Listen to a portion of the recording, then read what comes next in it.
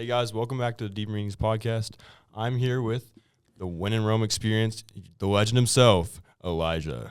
Hey, it's really great to be here. I'm glad we can finally collaborate a bit, and I'm stoked to see what this hour will bring. Yeah, All right, cool. of course. And I'm back now. I was Yeah, he's gone back. for an He died episode, last episode. of course, because this guy's a loser. I'm just kidding. LOL. He ditched me. I'm just kidding. All right, so let's should we go into synopsis real quick? Sure, yeah. Let's do I it. mean, we didn't even really talk about the movie or what it was, but it's okay. No. Well, okay, the movie we're yeah. critiquing is Fantastic Yeah, it's Mr. Fox. Fantastic Mr. Fox. And the And synopsis is, after 12 years of bucolic bliss, Mr. Fox breaks a promise to his wife and raids the farms of their human neighbors, Bogus, Bunce, and Bean. Giving in to his animal instincts endangers not only his marriage, but also the lives of his family and their animal friends. When the farmers force Mr. Fox and company deep underground, he has to resort to his natural craftiness to rise above the opposition. That's pretty great. Oh, Pretty freaking great movie. Epic. great film. It was, I mean, I've always loved that film, specifically like the first half at least. It's been a while since I've seen the second half just because like you sit down to watch a movie and sometimes you just don't get through it. So I just feel like I was really glad to watch this movie over again just to be like, oh yeah, like remember everything. And this was kind of my first introduction to Wes Anderson too, so that's like even like another thing where I'm like, yeah, like also as well, like you get like all those colors, you get like the symmetry that he loves to put in like all of his shots, a lot of weird like story things that he does. He like splits up his like movies into like different parts. I don't know, just very interesting. I really love this movie though. That was a very unique way of doing. Oh yeah, What is it? Stop motion, right? That was Yeah, it's stop in motion. Pretty cool. Should we do the trivia now? Yes. So, for any listeners who don't know, the When in Rome experience has a segment with trivia, and I figured, let's bring that trivia over here. whoa, whoa, whoa, yeah. Epic. Let's go. Oh, yeah. Yes. This is crazy, guys. Collab. Okay, so Explosions. there will be 10 questions. Okay. Each question is worth 1 point. I'm going to win. I don't know how we're gonna do. It's been like a week. Dude, If you watch the I'm movie. crazy, bro. I know this movie like the back of my church whistle's hand. And here's the thing. It's not necessarily like the story or plot, but kind of Fantastic Mr. Fox as a whole, the umbrella. Interesting. Okay. Okay. But let's start out with an easy question. Okay. What year was Fantastic Mr. Fox released? I think I know this one. 2011. What's your answer? What's your answer? I know it's 2000s, that's for sure. But Wrong. you Time's up. guessed that, bro. What'd you say? You said 2007? No, I said 2011. 2011. I'll go with 2007, I guess. Okay. Might be too It old. is 2009. Ooh. So like You guys are right in the middle. I think you were Okay. closer. No, you No, guys we both didn't are get a point. literally Oh. exactly in the middle. We, If I did math correctly. yeah, we were actually. We were. I will say this. We I were. won. Oh, okay. How about we get 0 points? Yeah, 0 Yeah, points. yeah. 0 Because points. Because we you got it guys wrong. We Didn't got it wrong. technically Yeah. get it correct. I'll edit it in. 0. Being a stop motion, how many frames per second were used in Fantastic Mr. Fox? I think what is like the normal average? I think it's like It's a lot. not for short films that or not for stop motion always. Stop motion is usually less than it's less than normal animation, and normal animation is like 24 or 27, something like that. It's a little bit less than 30 usually. Can we get a hint? Yeah, can we get a hint? I don't know how to give you a hint. You'd be like it. It's less than 20. It's less than. Oh, 20. okay, then I know it. You go first because I went first last time. I'm not giving 12? you my answer. What's your answer, Bagel? Shit. Is that your what you're doing? 15. 12. Dang it, I Frames per knew second, go. I should have. Points for I me. should have said. I should have Nice said job. first. Yeah. I should have done it. I knew it. I was like, I know it's like super. It's like I know. very, especially for Fantastic Mr. Fox. It doesn't seem like a movie that would have a lot of frames per second. Mhm. But yeah, Number 3. Who created the original score for the film? Oh, I don't know. that's kind of funny because I'm gonna go with a rough guess. Wes Anderson. I don't know. That's maybe he made everything. Okay, you don't know. You don't know that. He could have made everything. Actually, yeah, I'm gonna go with that. Wes Anderson. Wes Anderson is my final answer. Okay. Ooh. I don't know. Ooh, I'll just give a random guess. give it a Let's- guess. Let's just say Guess. the person's name starts with like a B. That's not an answer. That's an not an answer. answer. It's You gotta can't. be You an can't answer. just like say like, oh, I think it starts with the letter B. Or an S. Okay, here's the answer. He is a French composer. His name is Alexandre Desplat, and has had other work in other films for Wes Anderson, such as Isle of Dogs, Asteroid City, but also for the Twilight movies Oh, and Harry Potter. That's really freaking Wow. amazing. Yeah. So you're Well- you're not really a Harry Potter fan. Wow. Wait, where's the boo? You're doing all the ones you No, where's the boo? Where's the boo? No, you gotta turn it off. bro. Turn them off. Turn them off. They're all turn 'em off. going. I was gonna. Yeah, that. I thought there was a boo sound effect. There isn't. Oh, okay. Okay. That's Question 4. Question 4. How many separate puppets were created for this production? there had to be a lot. Oh yeah. I'm gonna have to go with.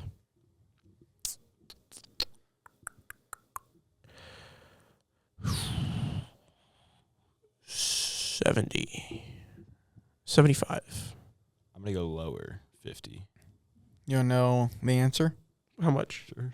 Over 535 puppets We were so off. were created for this film, including 17 individual Mr. Fox puppets. Yeah, I was expecting it to either be like some number where it was like either super small, like they just use like basically 1 to 2 puppets per person, or that they use like a huge amount. Because I feel like you remember a lot of those scenes where they have like really big detail for some of the characters. I think they would use like way bigger puppets for those, and then they would use like smaller ones for like scenes where they didn't need to be like super big, you know? Because I feel like that would just make it easier for the puppeteers. But like in like stuff like Coraline, there's like maybe like 2 or 3 puppets each per person, but like the faces are really different, and it doesn't really change all that much. But yeah, that's really interesting actually. Very interesting. Yeah. And I thought this next question was just as interesting. What is the average time it took to shoot 1 second of footage in the stop motion process? Oh, I think I know this. Okay. You want to do it then? Yeah, I think it is like 8 hours, like a full work day is like my guess. Let's go 48 hours. It took on average 1 day to shoot 1 second of footage for the Oh. film. I got it. So there's 1-1, right? Yep. 1-1. Yeah. Boom. We're tied. How long did it take to complete this movie? Or let's say the stop motion animation. Okay, the stop motion part. Well, if we go off of it took 1 day to do 1 second, 365 seconds in a year. This is a mathematician. I think it took like. Well, it probably would have taken around like. I don't know.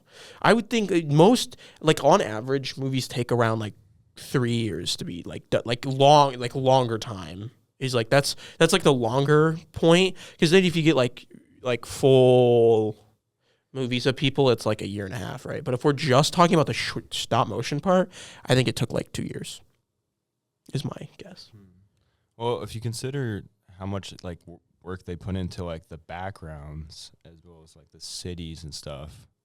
2 years is a good amount. I'm gonna go higher. We'll go 3 years. The animation process took 2 years. Let's go. Let's go. I'm freaking insane. 2-1. Let's go with a kind of more in-depth question, shall we? Okay. Okay. What is the significance of the apple cider motif in relation to Roald Dahl's original story? Oh gosh, I don't know. I've never read the story. Well, I'm gonna be honest. he's done stuff like BFG, right? That's one of them. The big frickin' giant. Yeah. Big. Yep. I thought it was a big farting giant. I mean, it's got to relate to the author in a way, right? So, like, maybe he just loves. He's just like really into hard cider. Yeah, he loves hard cider. He's a drinker. Nope. Cutting that out. In Roald Dahl's book, cider is described as a prized possession of Farmer Bean, symbolizing greed and luxury. The film expands on this by making it a key plot element tied to the animal's survival and rebellion. It's pretty deep. It's got some I know. When I deeper read meanings that, I there. was like, Ooh, "Oh my goodness, that's so much deeper than I had originally thought." Shoot, that's crazy. Right? We were just thinking he was alcoholic. Well, I Oh, thought yeah, that, that's yeah, probably like, both. I mean, the thing about it is I always found it really interesting that like he lives off of apple cider. You know, like what I'm saying. Like we were. I mean, I mentioned this a little bit while we were watching the film, but like I was like, can one like how long can somebody last on just hard apple cider alone? We should test it. Yeah, like right now. But like it's one of those things like I've always like wanted to know like how long, because like with alcohol you have yeast, right? You're getting some sort of like very small nutrient. You gain a lot of calories. There's a lot of calories in alcohol. Yeah, there's not good parts about it. Obviously, like you're destroying your liver. But like how long, like statistically, would you last on Probably alcohol? depends. I mean, yeah, like it depends on if you are a drinker. They did have it. What was it? Breakfast, lunch, and dinner in the Well, film. he I think. only and only probably drank. dessert. Oh, and you're right, dessert. So yeah. it's like 4.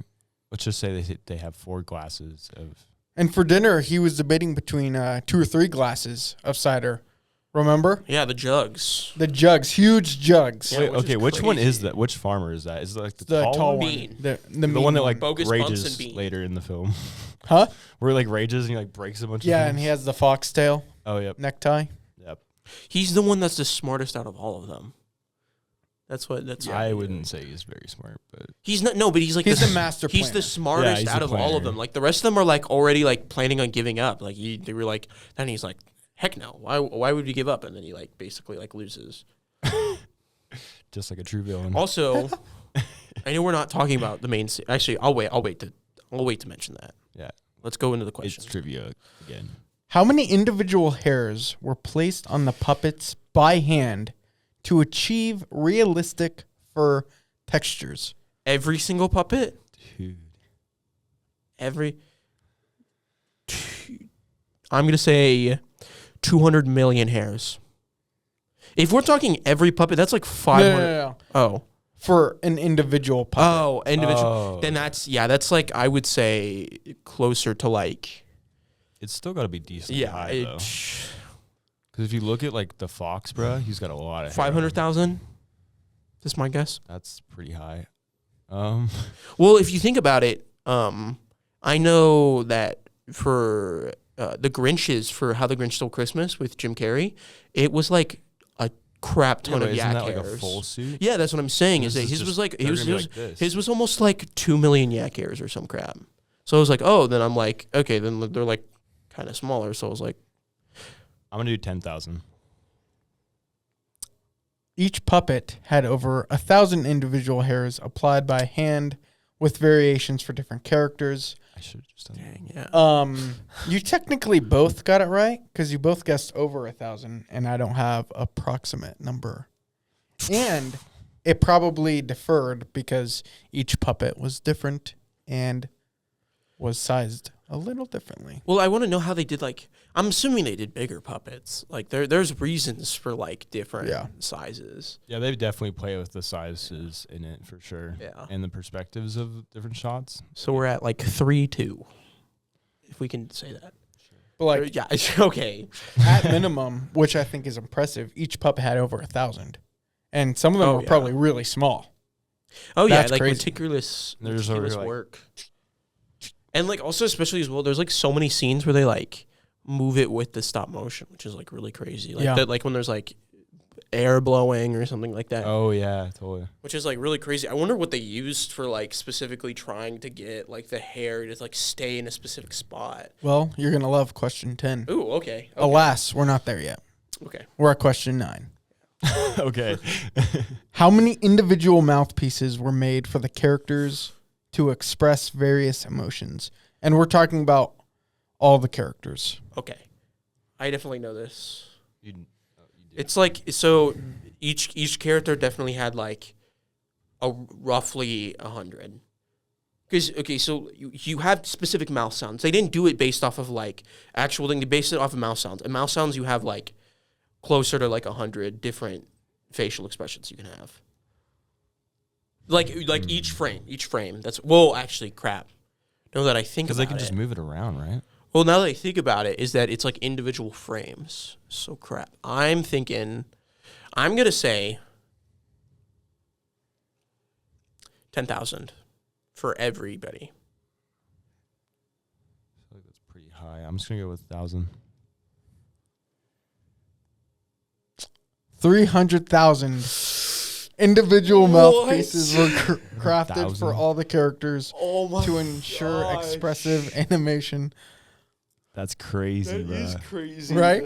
I would not have wanted to be on that film production team, bro. Dude, like like, any Oh. stop motion would be insane, bro. Like if you guys knew anything about the new Chicken Run movie, they almost ran out of clay to work on that film, so they almost stopped production Shoot. altogether for that film. So like it is really crazy that like that's I don't know. I just think about that a lot.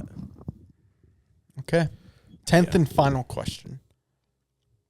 What technique was used to simulate natural motion in the fur of the puppets despite the limitations of stop motion? Wait, say it again. What technique Okay. was used to simulate natural motion in the fur of the puppets despite the limitations of stop motion? I think they use probably some sort of like adhesive that wouldn't dry. Like that's my idea. Is that like they definitely that's what I'm gonna say. Is that they used some sort of adhesive that didn't dry on its own but was still sticky. I feel like that's pretty good. But since it says like despite the stop motion, I'm thinking maybe they just like, I don't know, like use like a fan or something. I don't know. That could be bad. That would be thinking, but, crazy. Like just because like taking they say thousands of despite, pictures. like you know how like normal film producers they Mhm. would use like wind. That's Well, I think it was just saying that like this film, like you have to have limitations because you're in stop motion. You know, I don't know, but what is the answer? Who's right? The natural shimmering effect of the fur was achieved by leaving slight imperfections in movement from animator's touch, a process known as boiling in stop motion. Wes Anderson embraced this imperfection for added realism and charm. That is really interesting. Super. Like I would think, yeah, that's probably there was something where I was like, there's definitely fingerprints. Like I don't know if it was specifically this movie, but I was thinking maybe I saw that in Fantastic Mr. Fox, and I was like, that's like you can see like the work of people, you know. I don't know. A lot of like what's another movie that has like residue from like movies? It's not specifically for the movie, but like you know those like Christmas movies, Rudolph the Red-Nosed Reindeer.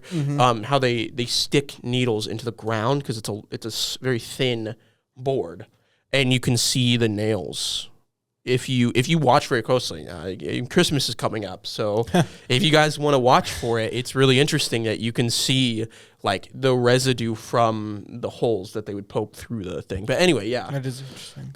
yeah. Yeah, that's pretty cool. Well, congrats, Bagel. It appears that you won by a point. Oh yeah, A point. yeah. I did win by a point, and that point is going to be rubbed in your face for the rest of your life.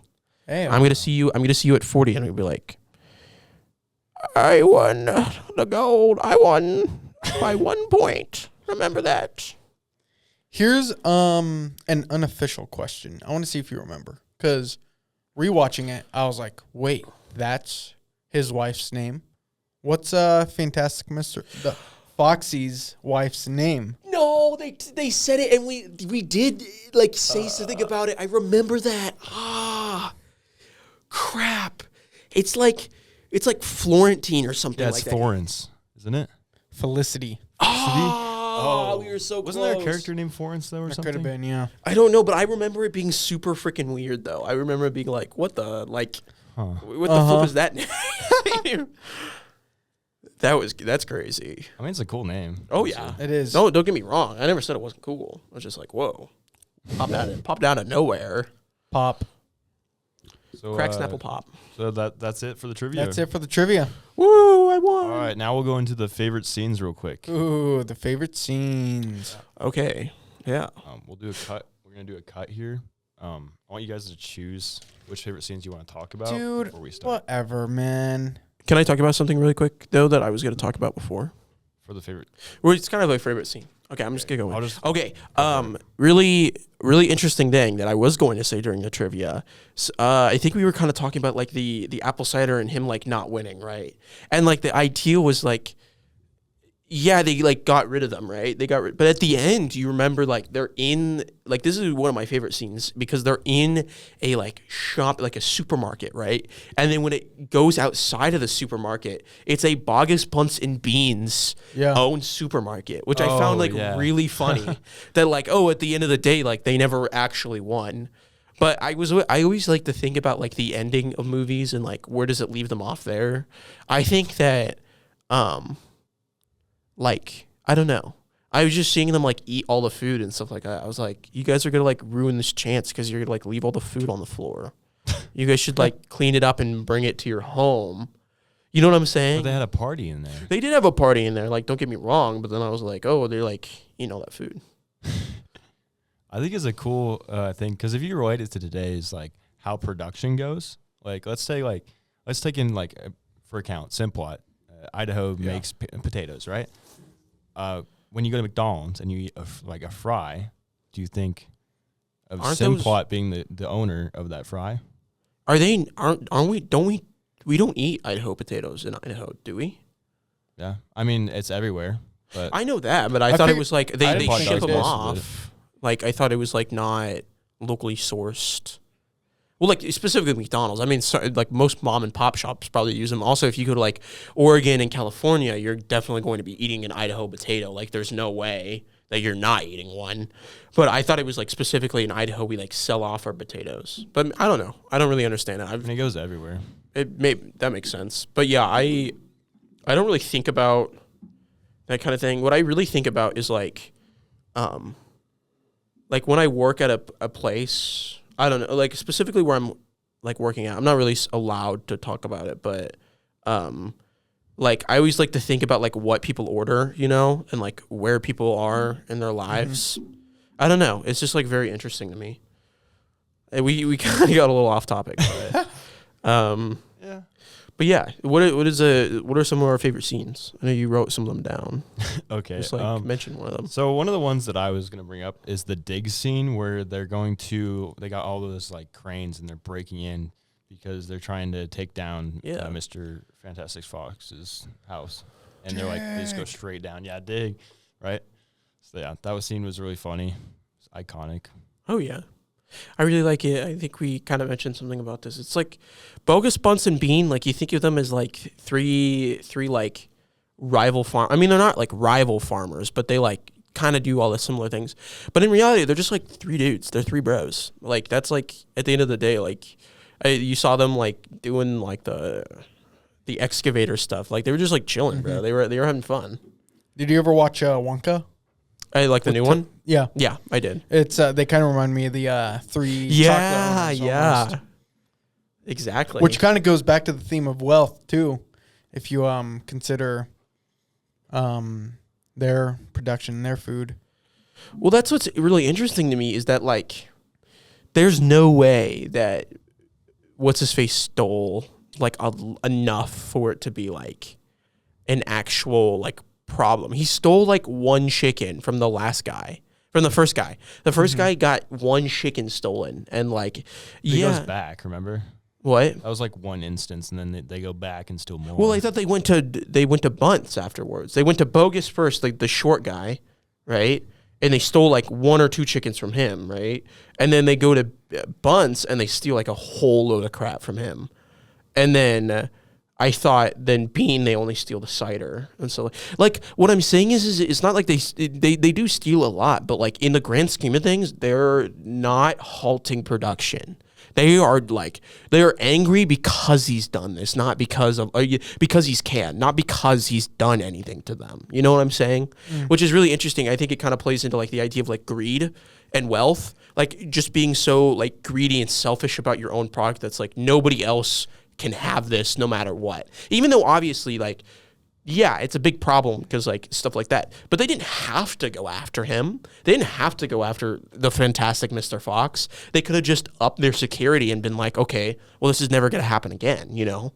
But no, they decided that like this was the idea that we are going to do. We are going to get these guys. But I feel like that was Bean's idea. Maybe that's kind of where it's coming from, is that like the other guys didn't really care all that much. But Bean was like, I am like greedy. I'm selfish. I think we should destroy this fox once and for all because he laughed at us. He mimicked us. He made us look like we don't know what we're doing, you know?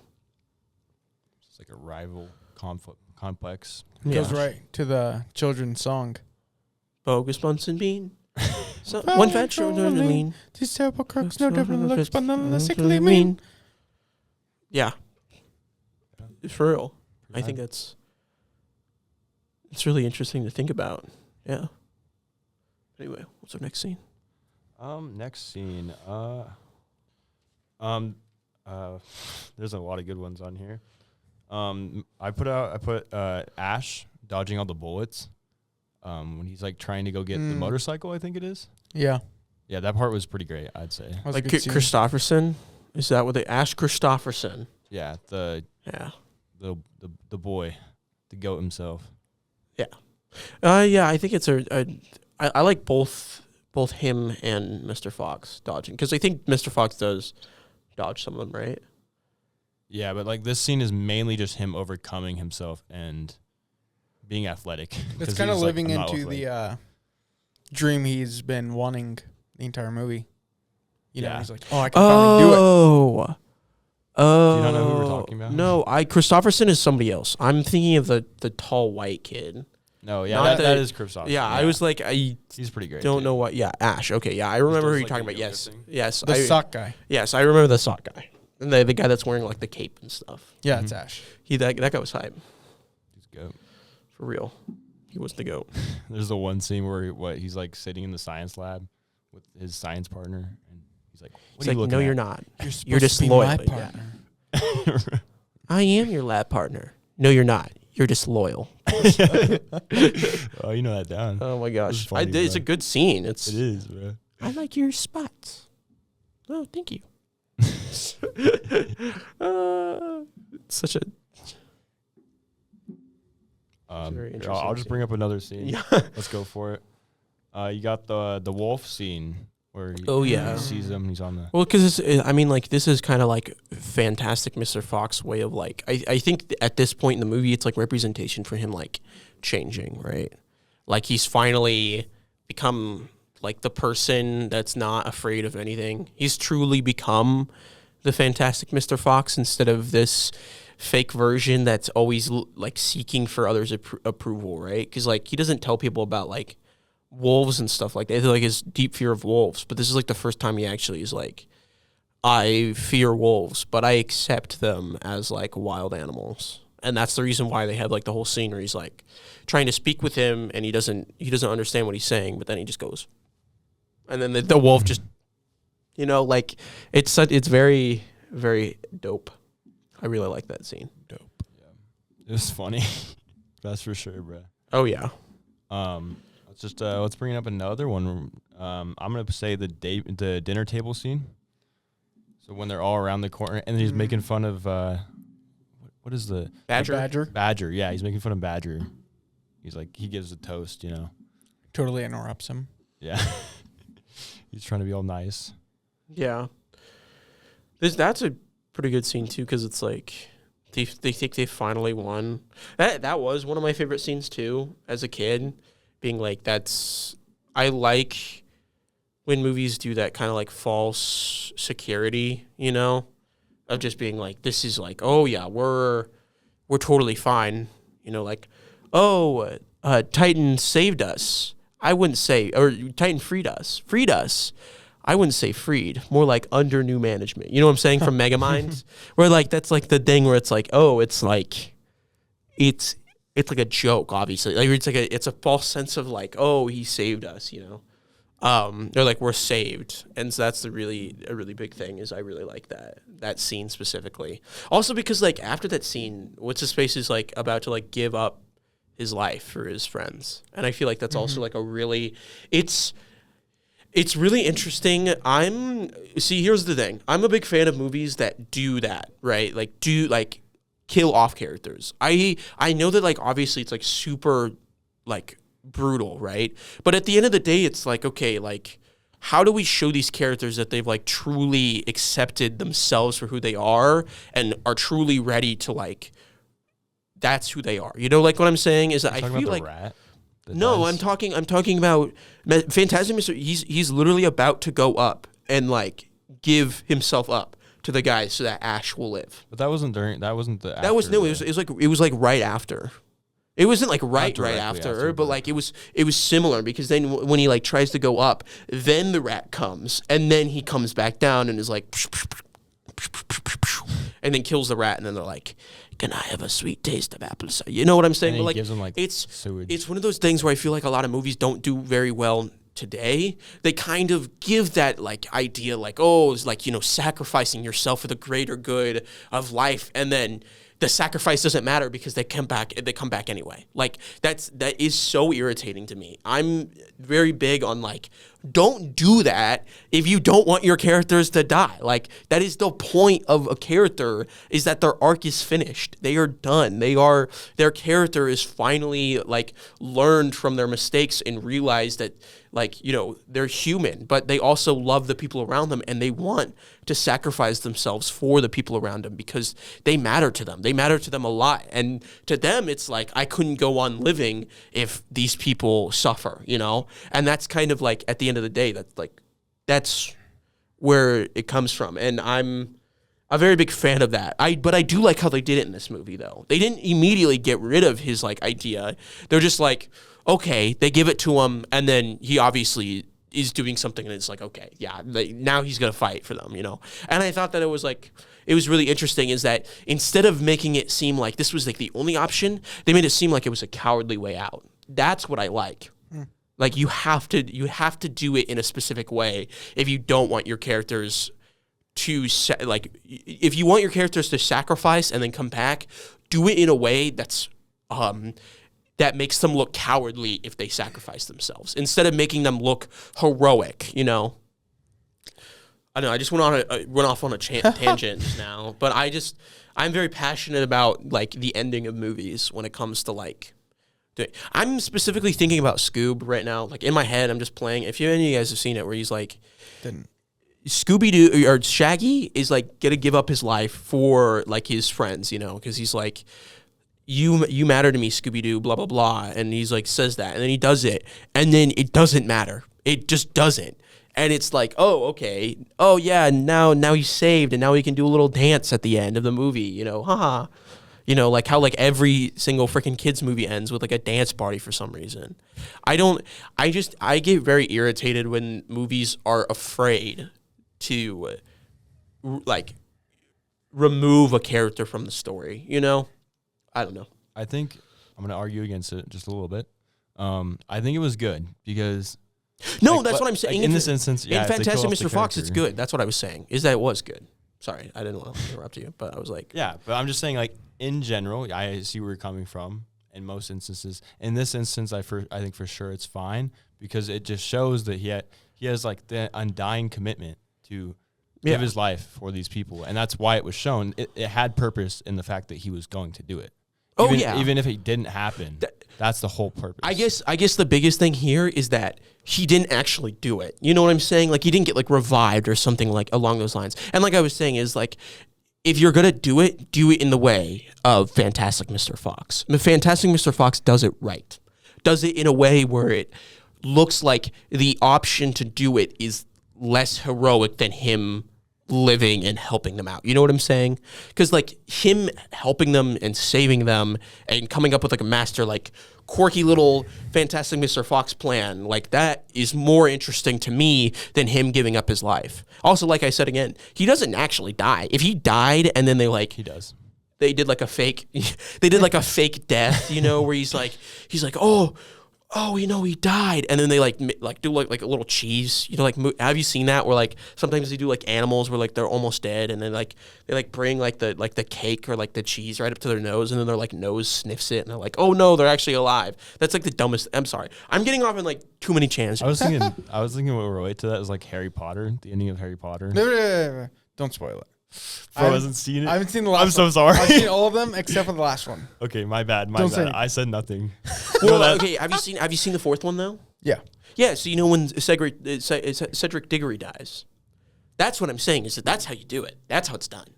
That's how you have to kill somebody off and leave him dead. That's how you should. But Fantastic Mr. Fox does it in a good way because he doesn't actually die. Anyway, we can. I don't know if you wanted to put input on the scene. I'm sorry, I like went off. It's good. I was gonna say I thought it was interesting that they were flooded with apple cider, Oh yeah, huh? and I was like, huh. The firemen are using apple cider because you saw the firemen coming in. Yeah. I don't know. I just thought that was interesting. It goes into that greed. It goes in that aspect greed and again. like the power control. Mhm. Like he has his roots, his claws in every aspect of the town, you know? Yeah. I think Sure. going off a little bit on that, I don't think I really ever see like people drinking water. Like in that movie at all. You only see Only apple people cider. only apple cider. Because like in the dinner scene, everybody has a glass of apple cider, right? Yeah. Of hard apple cider. Then you get like I think in any scene that they're doing dinner, I don't remember if there's any other scene really, but like when Bean is eating, right? Apple cider. You know what I'm saying? Like, I mean, obviously they show stuff, but they don't show people like drinking things other than apple cider. And I think that also plays into that. I think Bean's son drinks milk. Actually, Oh, yeah, you're which right. might be its own twisted thing because he doesn't get what his father has. Yeah. You Yeah. know, that's Well, he seems very like very innocent.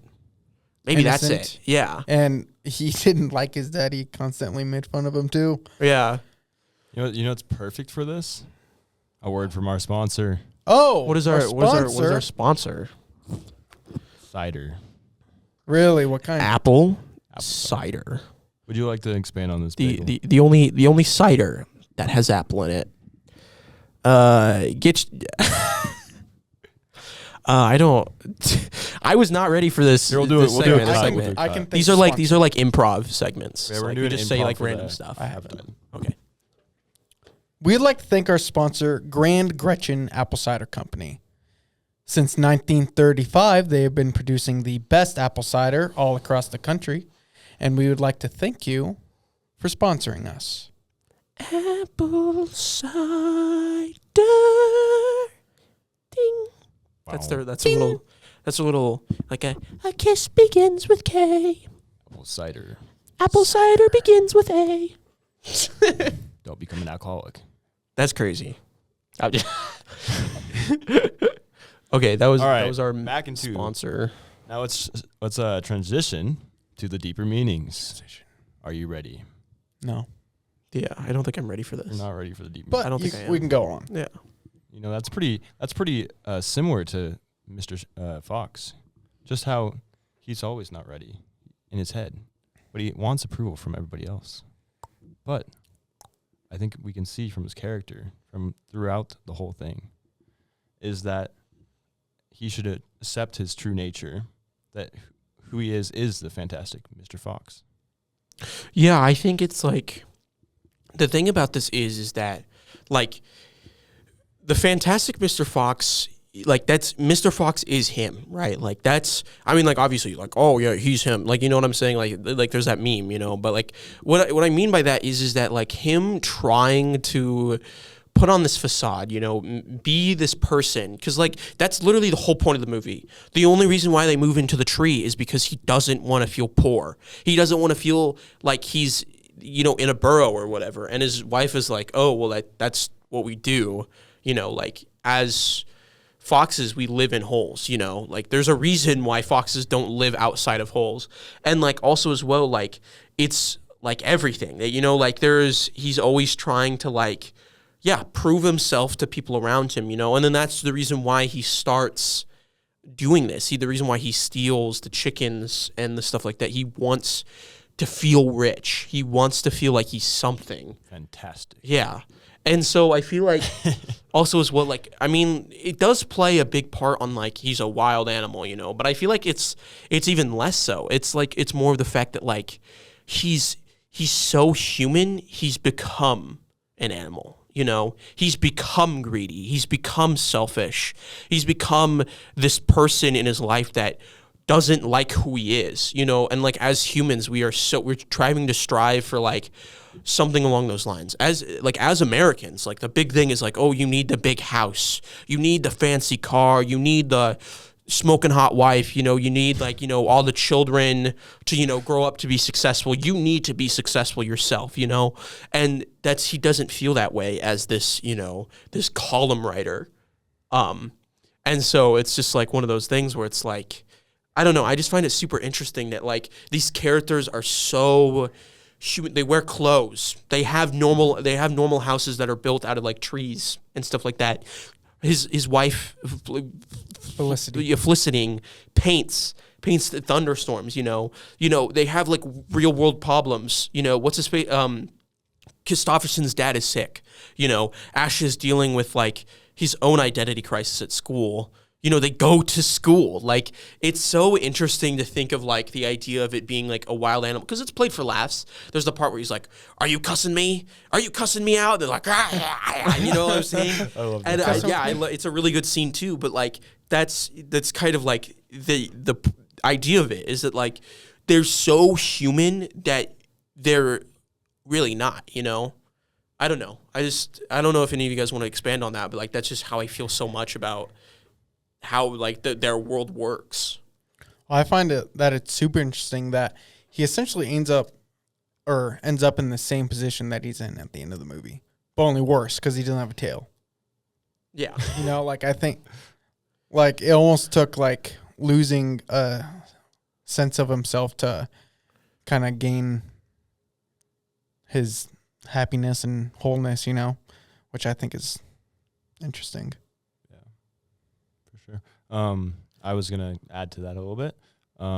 The part where they're talking, are they on the roof? I think they're on the roof. It's him and Possum, I believe. They're talking about like who he like asked him, he's like, who am I?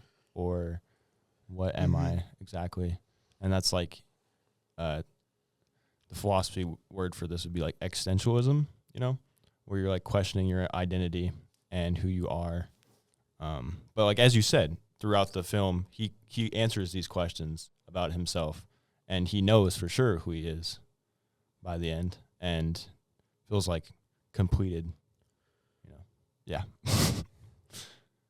No, because like I also kind of like think kind of what you said about the apple cider being like a part of their life. I think that's like such a big thing, and like a reason why they really don't have like a lot of like water, you know, being put in, and then they have like a lot of emphasis on the cider. I think you were right about it, or like what your trivia was right about it. For them, it's like a way of life, right? Like that is their like living. Like that's how they live. You know, they drink the apple cider. The apple cider gives them life. You know, and I think that's why it's so prominent in like a lot of the scenes is just because it's like it's seen as such a normal thing that I don't really know. I guess I just like I really like the idea that they use it as such a symbolism for like this is what they do.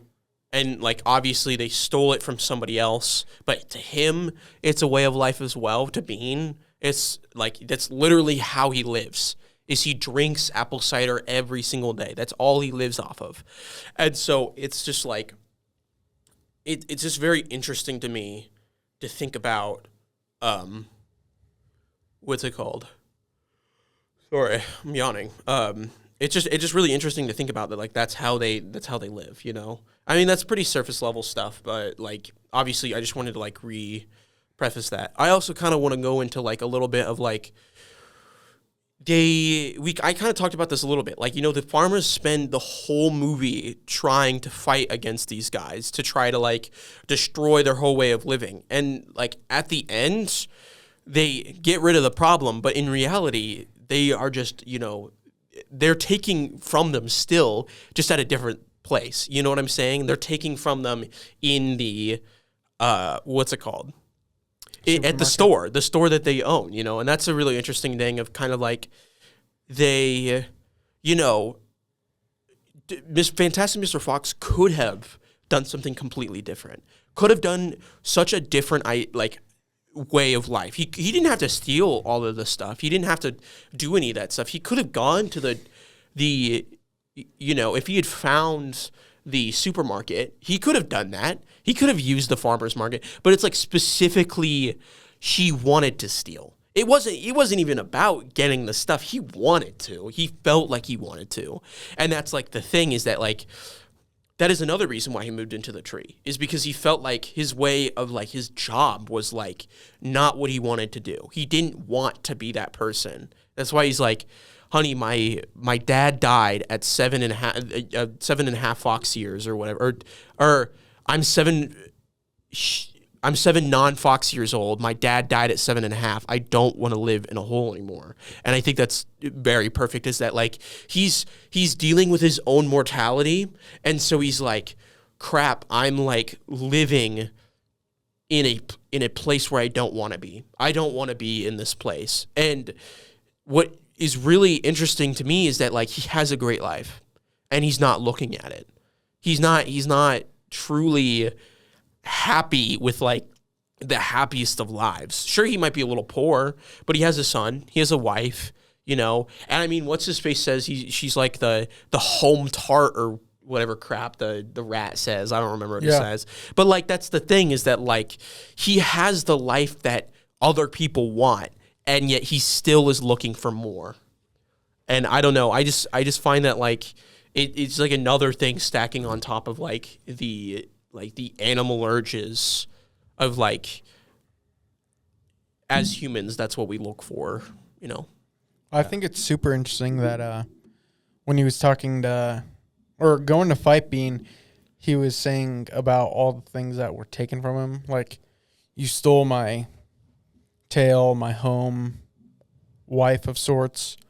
I forget the exact scene. He could have been talking to the rat, but I think it was Bean.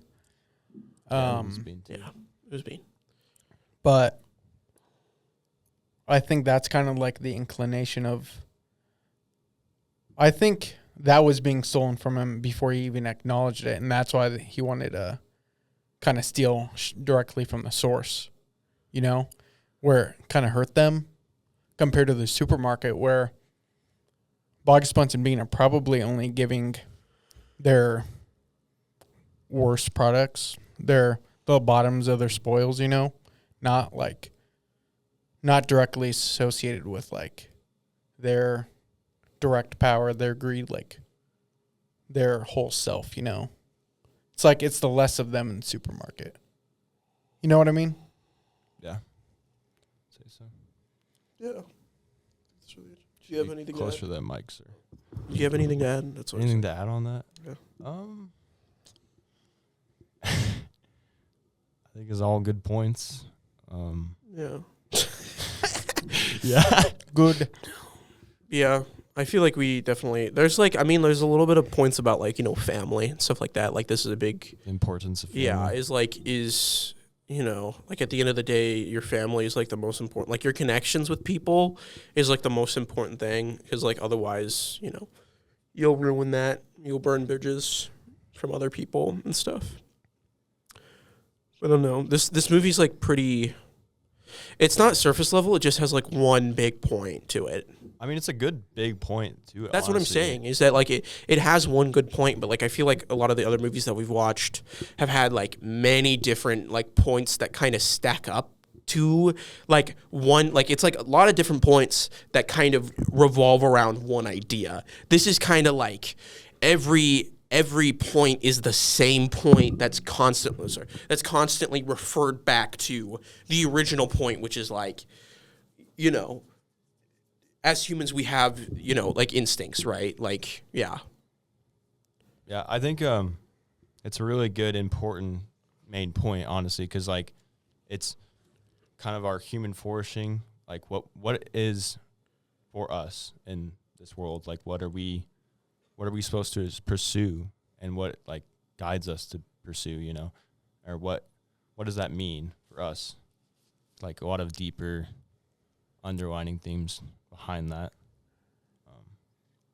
Yeah, and like I think it goes into like individualism, but doesn't really. At the end of the day, it doesn't say that individualism is like good, that you should like hyperfixate on what you want. Like, I think you see that clearly when he has the conversation with his wife. It's like, yeah, like you're finding meaning in this, but are you really finding meaning in stealing from these people? And like I think she goes like claws him in the face, right? Yeah. All the issues branched out of his individualism. Yeah, for sure. But I mean, Kind of his wild. underrunning goal wasn't I guess he's stealing, which is not good. But like his goal of wanting to be, fantastic, is I think still important for like himself, that he was able to not like reject his feelings, that he wanted to be something more. Yeah, I mean, like, I don't think that, like, the idea of him, like, being... I think, like, loving himself is, like, a really good thing, but I feel like where he loses the track of things is when he was selfish, where he was doing it for selfish reasons. He was wanting people to see him as Fantastic Mr. Fox and not him actually just being the Fantastic Mr. Fox, if that makes sense. Because, like, I feel like I talked about it a little bit. At the end, that's what is realized, is that that's what he is. He is the Fantastic Mr. Fox. He didn't have to have all of these different things. He didn't need to show himself being like, this is who I am, but, like, at the end of the day, he is. Like, that's who he is. Like, it's not... He doesn't have... Like I said, he doesn't have to have all these different things to go through... To be this kind of person. He just is. And I think that's what's important, is that, like, he didn't see himself that way. He saw himself as this, poor person living in a burrow at the beginning of the movie. And so he bought a house, and he, did all these things to make himself look better. But it didn't lead to anything. Yeah. I mean, that's basically it, yeah. He didn't lead it. It took him doing things for other people to be able to find the supermarket. Oh, I just thought of a good scene for this. When he talks to Ash, and Ash is like all sad, and he was like, he kind of like, honestly, him and his son are really like relational. Oh, yeah. I mean, Mr. Fox is probably not as open about his feelings, but for sure that character felt like he was not important. But then toward the end, they have that talk about how he is important, and he was glad that he was brought into this world, and he wouldn't ask for anybody else. Well, like, I saw this as like, yeah, they're like two completely different people, but at the end of the day, they're also the same.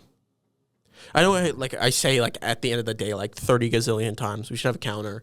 But what's it called? I think it's really interesting, yeah, because they both don't believe themselves to be great. They don't believe themselves to be like, you know, the best that they can be. You know, they're striving for something else. I mean, yes, that strive is different, but like I feel like it's such an amazing thing to think about, because like in Ash's eyes, his dad is seen as like this amazing athletic person that he looks up to, right? The fantastic Mr. Fox. That's what he looks up to, as that's who he is, right? But in reality, like Mr. Fox is doing the same thing. You know, he's trying to strive to be something that he's not, you know. I mean, technically speaking, he is, but he doesn't need to strive for it. And that's the thing, is that Ash is the way he is. He doesn't need to strive for anything else. He doesn't need to be better. You know, he is the best he can be. A lot of the irony, I feel like, is Ash is wanting to be like Mr. Fox, and then Mr. Fox kind of explicitly says that he doesn't want to end up like his dad did, you know, at the beginning of the movie, which I think is super interesting, that it kind of, both sides kind of point towards Mr. Fox himself, you know, that Mr. Fox needs to do his thing while Ash also does his dad's thing. Mm-hmm. Yeah. Oh, yeah. Sure.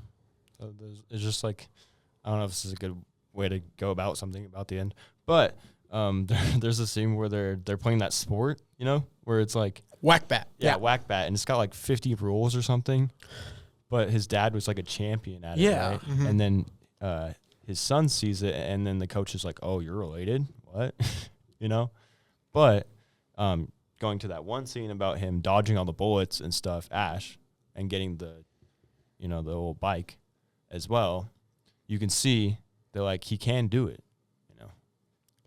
He can be like his father and prosper, you know. Prosper. Yeah. So yeah, that's some good deeper meanings right there. Yeah. Deeper Meanings podcast. DeeperMeaning. S. Deeper Meanings podcast. All right. Peace out.